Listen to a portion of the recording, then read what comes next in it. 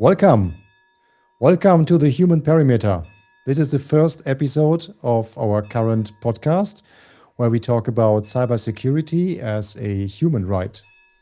So we have different perspectives on anything cybersecurity related. So you have on the one hand, we look at the technical perspective, which is what Simon usually does. Yeah. And I personally look at the psychology of the human side of the cybersecurity threats. And today we are talking about the 25 million call that never happened, which is, you might have seen that on the news. That is a deepfake CFO who tricked the British design firm Arup, who stands behind the Sydney Opera House, in a 25 million scam. And we'll talk about that in more detail. And you will see that in the beginning, it has almost been dismissed. It sharply did not happen, but actually it did. And it cost the company 25 million. So with me again is Simon. Hi, Simon. Hi, André, and hello, everyone, and thank you for joining if you are watching live or if you are listening to your favorite podcast. I think this first episode, 25 million call that never happened, will be really good.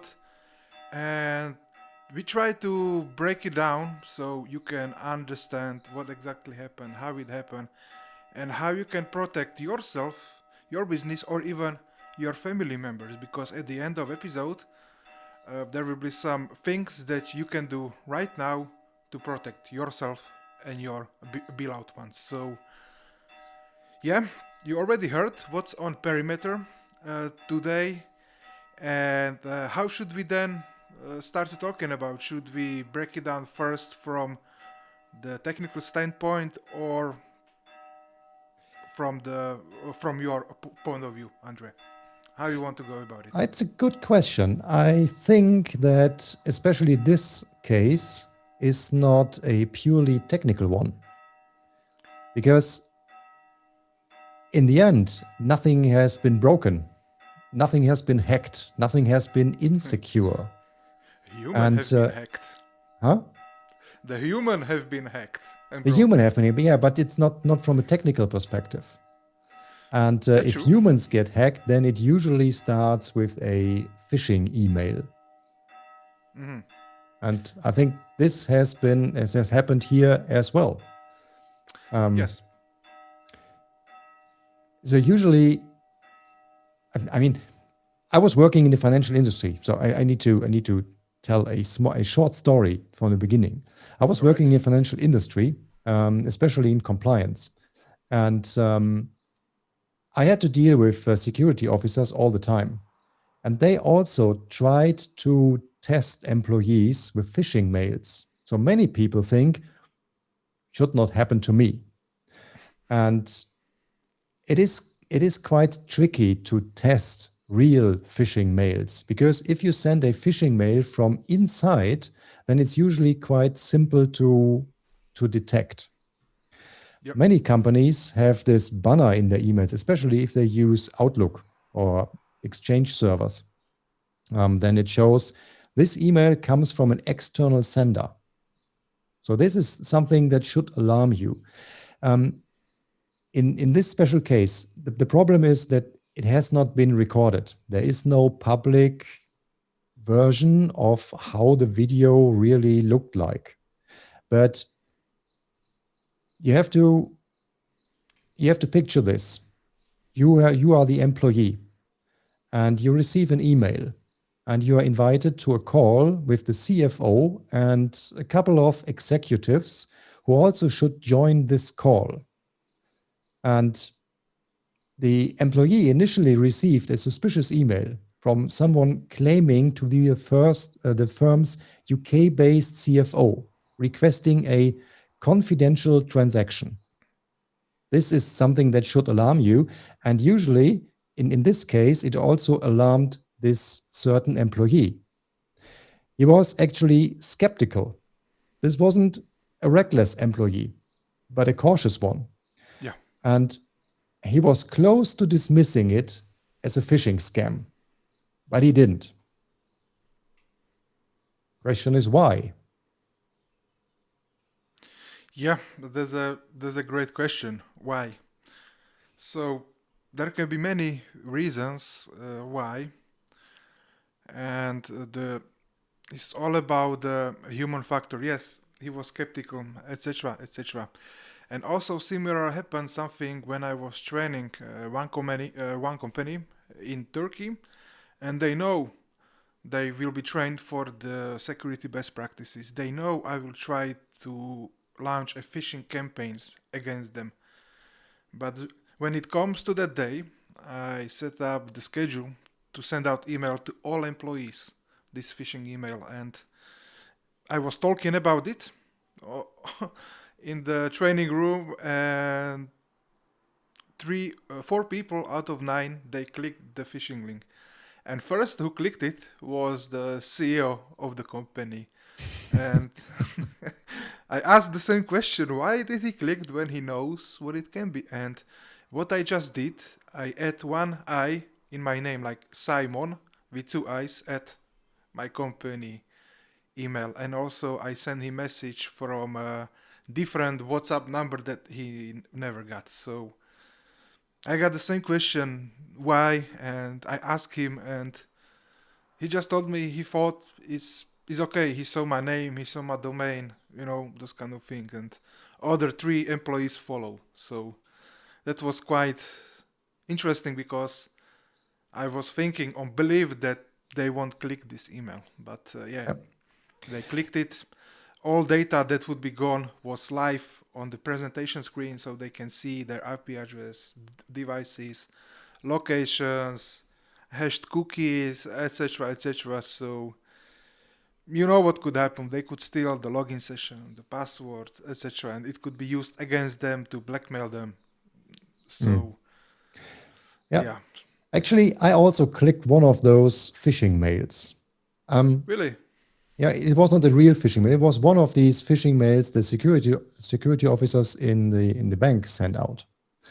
And I was quite new at that time, and I received an email where it says, "This is the please find attached the document that has been scanned," something like that. yeah, And the reason why I clicked that was I was expecting precisely that email.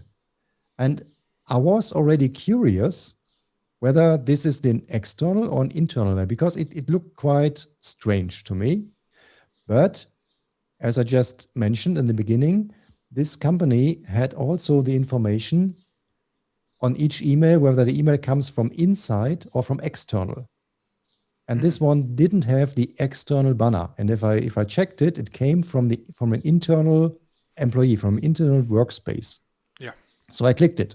And if you open that attachment, then you get a welcome information, a welcome screen from the security officer, from the security department, and they told me that I clicked a suspicious email and this was wrong.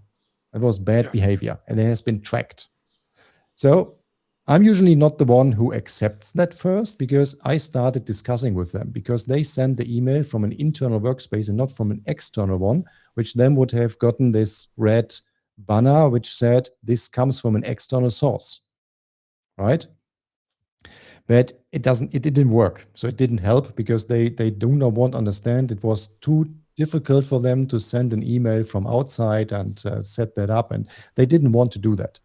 That was problematic, because if employees are trained on this behavior, then it can't be improved, right? yeah. So that's problematic.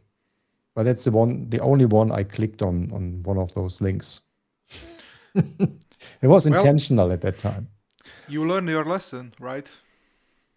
No, I learned my lesson way before that, when I used a test server on the internet at the time, Yeah, when firewalls were not that state of the art, and it was more optional than it was mandatory as it is today. And I yeah, had my port 25 open, which has been then used by a spammer to send out spam emails via my server. And then I I had a see. tough discussion with my internet provider because I was circulating spam. And we tracked that down to the source of the University of Tehran. So it came from Iran, and I didn't want to do any legal steps in that direction. So we closed that down. The server has been closed. Everything was fine, and I explained that, and nothing bad happened, despite the fact that some spam emails have been sent out. But this is, Yeah. I guess, 10 to 20 years ago already.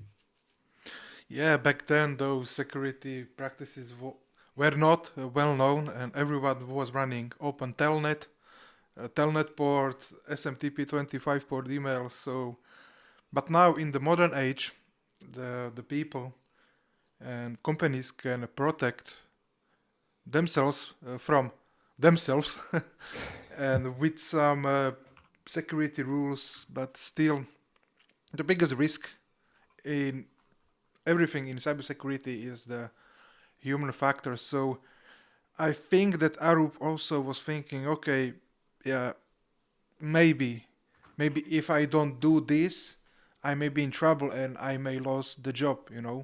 Mm. That's what I'm thinking. Why he went on, but yeah, it's kind of hard. And the phishing email, they are getting better and better, and it's hard to stop. Especially with AI. And back to our Yes. case today, we're talking a lot about AI. Not Yeah. really AI, but what AI can do, right? Um, Today, it's quite simple for AI to write a flawless email. So in the Definitely. past, it was quite difficult. Someone created an email, tried to translate it into the local language, but it was pretty simple to spot, right? Yeah. Because the language was awkward at best. Yeah. But So today, this does not happen anymore. By the way, if you are watching us on YouTube right now and on the live call, then you have the option to send us questions, comments, remarks, whatever you like to tell us during this call, and we can react to that. yeah. So, And you can also leave those questions backwards in the video comments down below.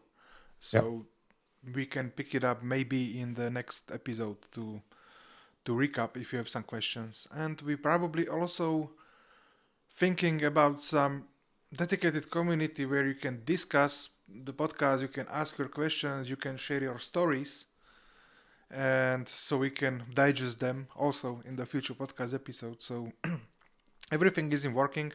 We are still new here, so it needs some time, but we will get there. So for now, if you have some questions, leave them in the live chat or in the description below. And now, Yeah. let's get back to the Arab story and what exactly happened when he clicked this email that he was also suspicious with. So yeah, then basically he went on the meeting with video conference with the CFO and several others Arab colleagues, Yeah. and they were all deepfakes. So he joined the call. The CFO was on screen, and people who he looked and sounded like real colleagues he knew. So this is something that is getting also better and better because those attackers, they always gather information about the target's colleagues, so it can so they can create it that is really them, legitimate persons. So, and many people don't even think what they are sharing on their social media, their photos, and with open source intelligence, anyone can find anything about the person if he's sharing public photos, locations, colleagues, mentions, because everything is on the internet. And those threat actors, they always first do their due diligence and they find all the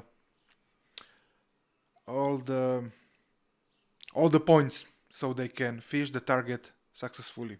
Otherwise, they would not spend so much time. And this was high level target company. Yeah. The point is that this employee didn't want to do those transactions he was asked in the email already. So he was careful enough to first join the call. So he joined the video call, and he reportedly felt more at ease after joining this call with individuals who looked and sounded like the CFO and several colleagues, which also were some executives, right? Yeah, So it's not just same level, most were higher level. And this is something that also, I think it was planned, because if you try to convince someone to do something, the same as in marketing, you need some sort of authority. And if you talk to the CFO, then there are not many people above that person. So if the CFO tells you to conduct a transaction, then there's literally almost no one you can ask to validate this. exactly. And this is really important.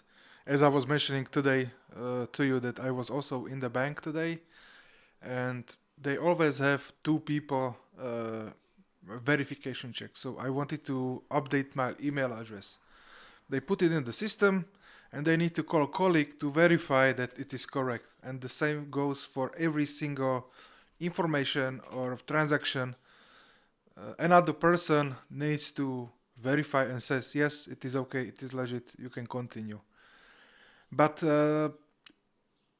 still, the systems can fail, or even humans can fail. They can see that everything is fine, and if they don't check the ID by the UV light, like they did not check my ID if it's verified, right? If it's correct, if it's not fabricated. They know me, we are good friends in the bank, but they don't scan my ID. So, many things can fail in this process, even with two people verification process. Yeah. Yeah. And in this case, we do not have just two people, we have a lot of people. So we have the CFO, including some executives. Do you know how many people were on that call? Unfortunately, I don't. But it was more than two for sure. Yeah. Yeah. Yeah, I know that. And yeah, this is also to get some reassurance that everything is fine. And we'll come back to that later. If everyone tells you all is good, then this should make you suspicious. And I will tell you why later on. So stick with us. So the only real person in this video call was this employee. So he was just sitting with other AI generated persons in a video call, and the AI tried to not the AI, but the people behind the AI tried to convince that employee to urgently and confidentially conduct transactions across different banks, different accounts, which all sum up to a total number of $25 million. Yeah. And it was 5 bank accounts and 15 wire transfers. Yeah. Which is... Keep that in mind. 5 banks and 15 wire transfers. Keep that in mind, because that will be important in the end. But you can't win anything. You can win you can win new knowledge, of course, but not real money here. But keep that in mind. 5 and 15. And yeah, no out of band checks, so it's well, honestly, I'm feeling bad for this employee what happened, but who is it to blame for this, André? Who is it to blame? You think that it is employee fault or the employer fault that they don't got like the regular cybersecurity training, regular phishing? What do you think? It's a good question. That is usually something that many people do. Something goes severely wrong. So if you talk about 25 million, although we need to be fair, the company announced that they were not struggling because they paid this $25 million. So they seem to have enough money in the bank so that this doesn't get them near bankruptcy or Yeah. anything like that. But anyway, 25 million is a lot of money. And I think nobody does this voluntarily. And if you think about the whole construct, then it is very, very hard to identify just a single person, even if there is only one single person who did everything, right? But I think there could have been more measures in this company to prevent it. So I think there is not a single person to blame.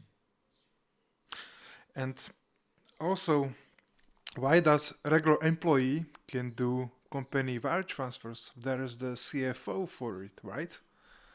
That would be, I think, the biggest trigger for me personally.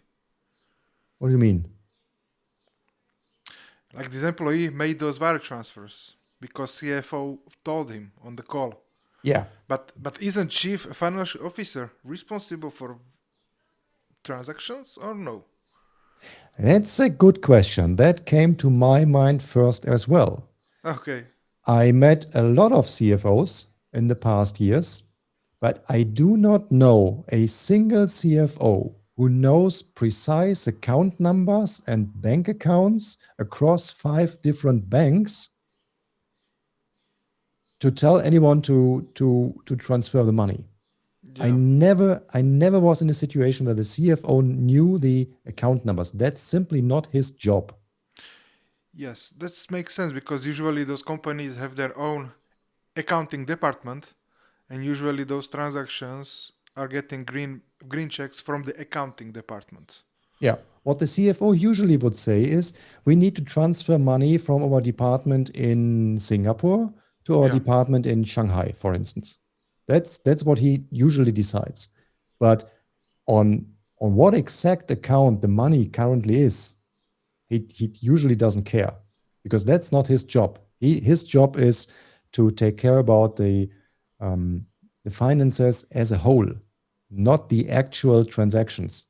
Yeah. And since he's not responsible for each single transaction, he usually doesn't know the account number. So this is one thing to look out for. If the CFO tells you precise account numbers, then something seems to be wrong.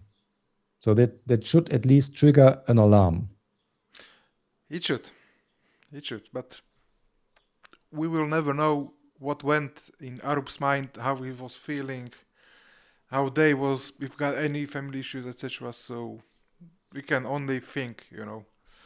And do you also know or have idea how they created those deepfakes that sounds or looked very trusted for him? I think so. I think it also has been reported. Yeah. And you just mentioned it. You can Briefly, simply. yes. Sorry? Yes, I mentioned it briefly, but I was Oh, saying in general that the content you share on everything. I think you were just frozen, at least on my end. Oh, okay. Yeah.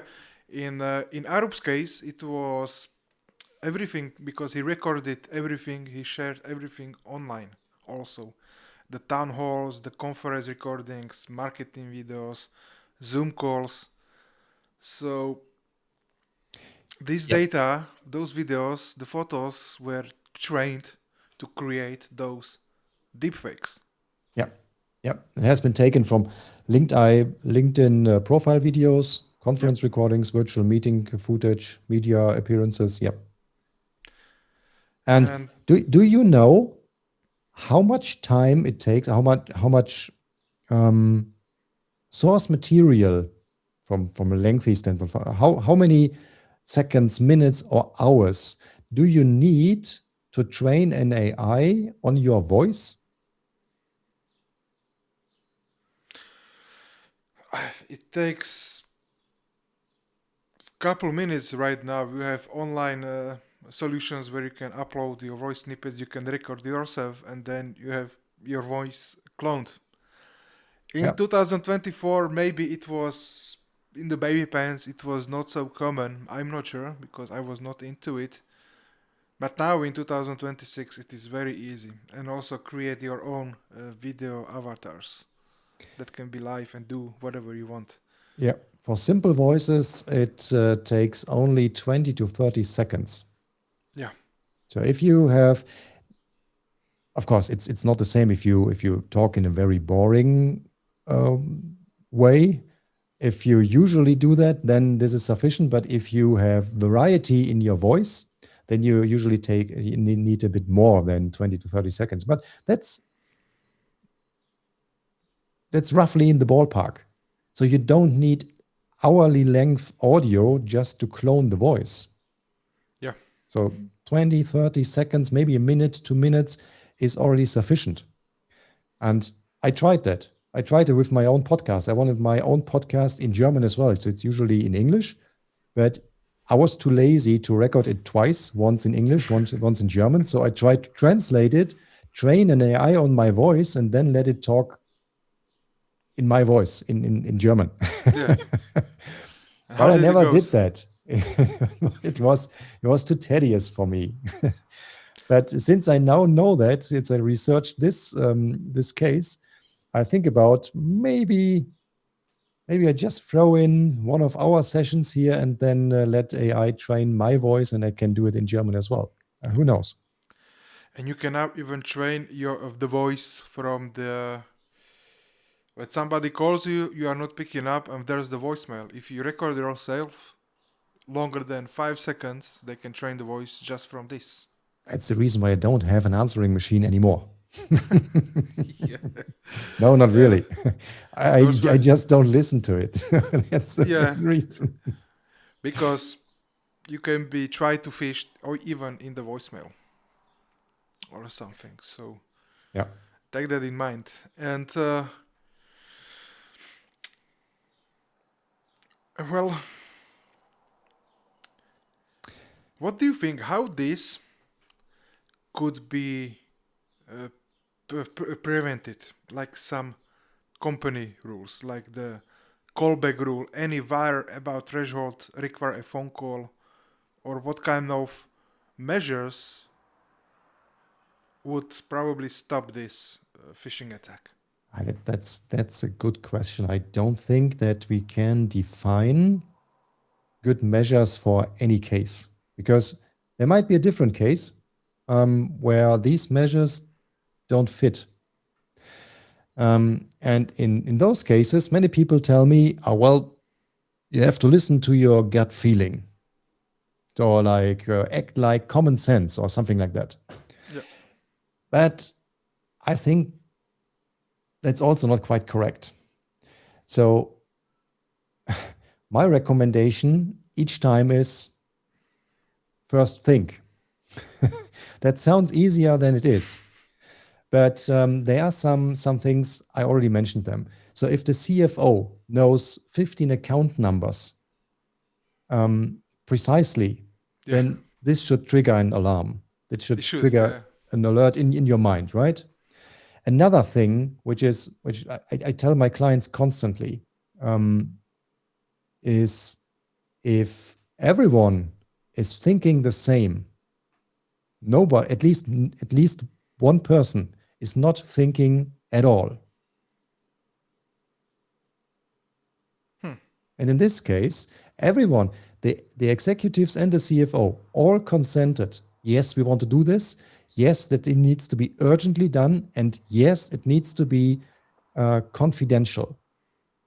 So if all this happens together at the same time, that should also trigger an alarm in your mind. Definitely. It should. But I think there's one thing the company could do better to even prevent this email to come through. and because there's most likely chance that the email Arup received was from some employee who got phished and the session cookie stolen. And this could be this could be probably prevented by adding a phish-resistant like MFA devices, like hardware token, YubiKeys, and those kind of things, because those are phish-resistant, right? Mm, mm. But you receive an email. So for some weird reason, this email has not been caught by the spam filter or the phishing filter. Because it was sent from internal, some employee, right? We don't know. We don't know. We can only suggest, but there's a high chance it was sent from somebody inside of the company. Ah, but we Let's don't say know. if it was sent from the internal company, would you think that those protections globally applied to all users will prevent this? That's a totally different story. If you have a rogue employee in your company, then you have totally different problems than if a phishing mail just slips through the phishing and spam filters. That's true. That's true indeed. Yeah, but if it comes from external, I think the best thing you can do is marking emails as external. And if the CFO sends you an email or an executive sends you an email from external, even if they are on the go, they usually have their company devices where we send emails from. And then they are still from internal because they are sent via internal servers.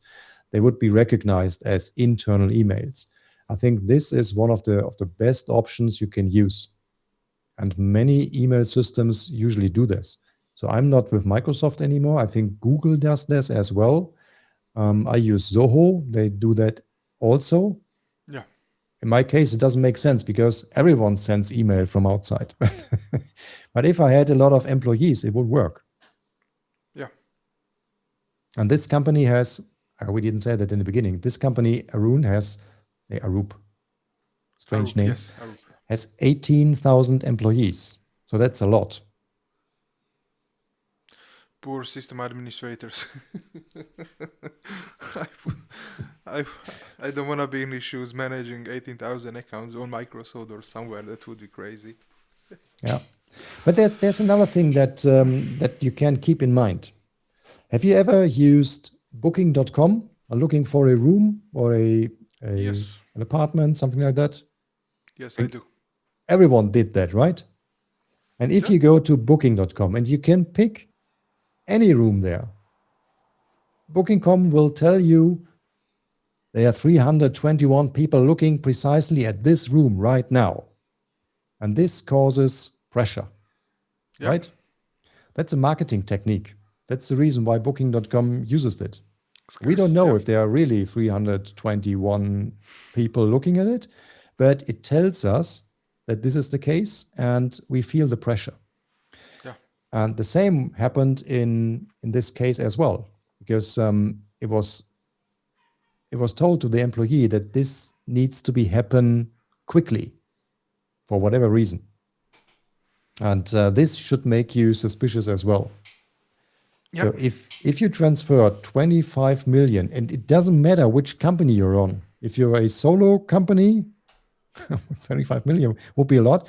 Or if you one of the big players like this example, if you transfer $25 million, even if it's in smaller chunks, then you should be skeptical. And Definitely. and you should reassure that this truly should happen. What I would have done in this case, I would just summarize the email and send it to all the participants after the call and just ask whether I am right and I understood everything correctly. Many people are afraid of asking that, especially if they ask the CFO. But if I come into a company, my main job is to be the dumbest person. because nobody wants to do that. That's the reason why people hire me. So I Yep. get into meetings and I ask all the dumb questions, all the questions many people would like to ask, but nobody dares to ask. And if you do that as an employee and ask and just summarize that, you don't need to be dumb, but you just need to summarize everything and then ask, this is what I got from our last meeting. Is that okay? Just summarize that in a couple of sentences so that even the CFO or the executives can quickly realize what's going on there. And then send that out before conducting any transaction. Yeah. Maybe nowadays it is the technique, but in 2024, I'm not sure 2 years ago, because the deepfakes, I think, was just on the rise. It was not very well known, right? Yeah, but And there are always new things. yeah, Everything looks new. yeah, So it does. But if we talk about AI, I just talked about AI this morning to someone, and he told me, well, I created my new website completely with AI. And I said, oh, great, show me. And he showed me the current example. And I said, well, yeah, it looks like built by AI. yeah, In the beginning, if he would have been the first one who created a website just purely with AI, I would have said, that looks stunning. That looks great, awesome. But okay, I'm in this tech business anyway, so I see a lot of AI generated websites, and they all look the same. They all use the same fonts, the same colors, the same kind of websites, the same animations. because they were trained on the data set, so that's why everything looks so similar. Yeah. But if something comes up new, like the deepfakes in this case, it is quite tricky to really see whether the CFO is a real person or not. But what you can do is ask the CFO to turn the head. Yeah, See, yeah. I'm I real. saw that. Yes. I'm real. And I can hold a pen. Yeah, exactly. Yeah, yeah, yeah, yeah. This But works as well. If you ask the AI to do that, then something might look awkward. And if you realize that, then you know that you have been scammed. definitely. And the the human factor, that he was pressured, he was stressed, or something happened. That's all checked up, and it can all go towards the successful scam. Ah, but that's a different story. But Everyone is stressed. yeah, That's just an exploitation. Everyone is but stressed. We should not be stressed. And I know what I I'm talking think, about. yeah, but I think that the technology made this attack possible, and process could be what stops it. And you cannot patch the brain, you just can patch the workflow, right? Yeah, yeah. But I think that is a problem, especially with AI. We must not ask for more regulation. We must not ask for more rules. I made a podcast episode last year. I think it's about stop making more rules. It was about bureaucracy. In Germany, we try to fight bureaucracy with new rules. Yeah, It's insane because it just creates more bureaucracy, not less. definitely. And if we need to deal with new things that emerge faster and faster, like with AI, if you think about what ChatGPT did in the beginning and what Claude can do today, that's a difference like day and night. And we don't know what's coming next and when it's coming next. And I think more rules don't make sense here. The only thing that helps us figure this out is think. And thinking means also talking to each other. Think about how you feel about that. What do you think about a certain situation? And then ask someone else. But you must not ask someone else on the same call. So if on that call, someone tells you transfer $25 million, and you ask on the same call, are you sure I should do this? Is it really true? And then of course you will get the update. Yes, it is true. Don't ask again, just do it now. This does not work. That's the same as the two-factor authentication. You don't do that with the same system. You use two systems. Like with camera, what I just said, turn your head. Yeah. No, nobody does that usually. But if you ask them, it's simple. Hold up your pen. That's like the human verification layer. Yeah. But imagine you are on the job interview and you ask your interview, hey, move your head to the left, you know? You know what I mean? That could be a really funny moment that the person could not get hired for it. Well, or you can or be, maybe he can get good promotion because he verified and they know. or Right? you can get creative. So if I ask you, hey, what's that on? That's on the sideboard behind you. Yeah. What is that? I don't know anything. I cannot see. But are you real? Of course I am real. So if you now turn your head behind you to see what is on the image on the wall, or what's on the side on the sideboard, and then you need to move your head, and then you can see, okay, this is Yeah, this definitely. seems to be real. Yeah. And yeah, this is like the human verification checks. So this is really important. If you are not sure who are you speaking with or who is on the video call, it might not be for every call, but only when your spider senses are of tingling. So Yep. you need to verify this human, because those kind of tasks AI still cannot do. Yeah. But in the beginning, you said the audience can also learn something for their private life, Yes. right? I have an idea. If you, it might sound weird now, if you define a secure word or a safe word or something like that, my bank did it with me. I have an account with Wise. And Wise told me, hey, you need to tell us a secret word, a safe word, Yep. which we put on all our communication to you. And I was thinking, at the time, I didn't know that. And I was thinking it's a password. So I created a password. Now they put that password on every single email. And I stick with that because that reminds me, okay, this is the safe word. This email really comes from Wise. But you can define such words as well in your family or in your organization. And if critical things happen, then ask for this single word. And if the other person doesn't know that word, then it's quite unlikely that this is the person you think it is. Yeah. And this is actually the what's your move for this podcast. What's your move? And this week we have like to set up a verification word. Like André said, pick your word for your family, share it, and if somebody call asking for money, asking for help, always verify with this word.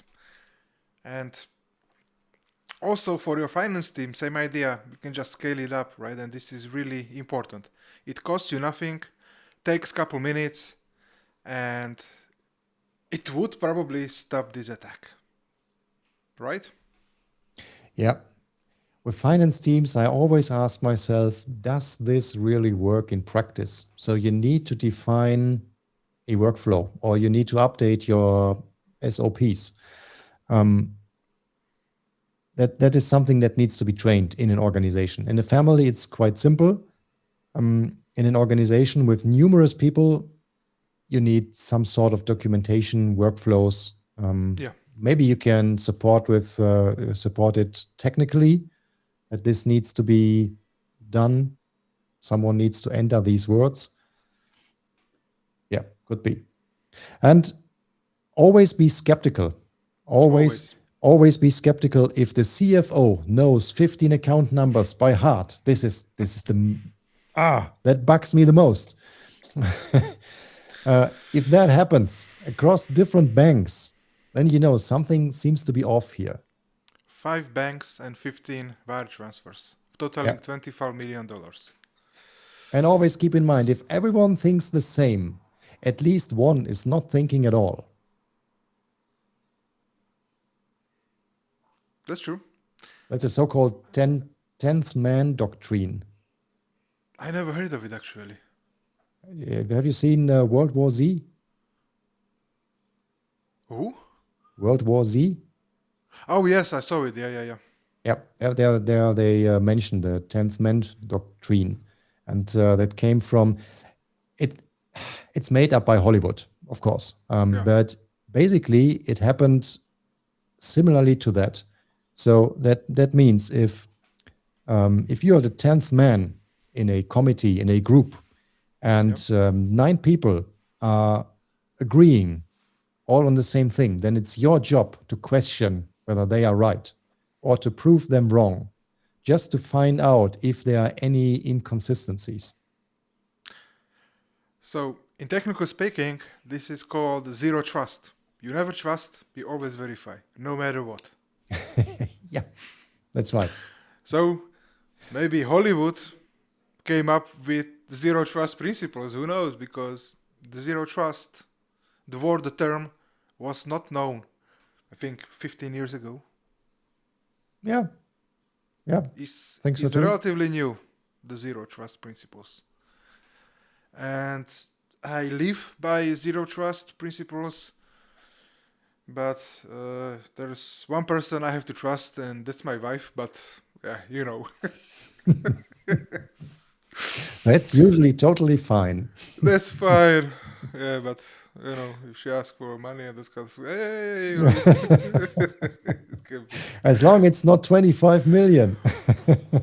If I have them, yeah, take it. But unfortunately, I don't. So yeah, but in my business side, I never trust anything. I don't even trust my systems because systems can fail. And 2 days ago, with this local privilege escalation on all servers, anyone hacked to the WordPress website, SSH into it as a local user, one script, one click, and he becomes root. And so, especially now with the age of AI and rapid growth, as it gets wiser and wiser, maybe ChatGPT 5.5 now is getting dumber because all it knows is gremlins and goblins. I don't know if you read the news. Maybe it's just taken from the results from AI itself. Yeah, exactly. And now they address people like gremlins and goblins. It's funny. They also need to. It's. I think it's not the last time we heard of AI during this podcast. Of course not, because something can happen tomorrow and it can be really good topic. So, some key takeaways from this episode. So I would go from the system standpoint, operational standpoint, like always, set up some multi-factor authentication for your company, for your business, even for yourself, because even if you are single in your company, you can also become a target, right? So always verify yourself. If you can, don't use passwords because passwords can be leaked, and don't use 2FA like email-based authentication, phone numbers, etc., because those can be guttered. Always use phishing-resistant methods like passkeys, even if you're Bitwarden, Apple keychain, or hardware key like YubiKey. It is easy to set up, and this will protect you most of the time because it is phishing resistance. And second, what you can protect yourself is to have those email communication the secure as you can, because email is not by default a secure way of communication. Never share your passwords, never share your credentials via email, and don't post your photos that you don't want to be used against you. Don't post photos where anyone can locate you where you are working. I know this is kind of hard, but those kind of things can protect you. So those attackers cannot get information details on you, your family, your employees, etc. Yeah. And do you have some additionals? Yes. As a human Always think before you act. Yeah. That's think it. twice. Yeah. As long as you think. Funny thing, this is also what I said when I was training that company. Always think, always verify. And it came really nice because a couple months ago I was asking my customer for 2FA code to log into his console, right?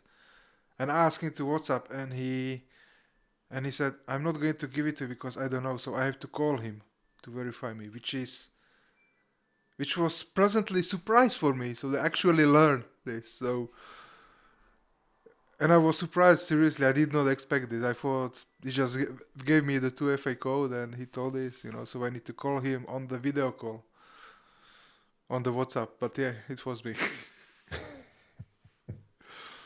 Great. So I hope everyone learned something at least today. And if you have questions after that, then just let us know. Drop us a line on email or on YouTube or LinkedIn. Everything is linked together. You will reach us. Okay. And don't forget, set up your passphrase with your family and your colleagues on the right departments. So this is the key takeaway. What you can do right now to protect yourself and your loved ones. Don't tell us the word, but tell us how it went. Yeah, how it went. So thank you for watching and listening. And yeah, from me, that's all. And in 2 weeks, we will have another amazing topic to discuss. Yeah. So thank you also, André, for coming. And we will Thank see you. you in the See you next time. Bye-bye. Bye-bye.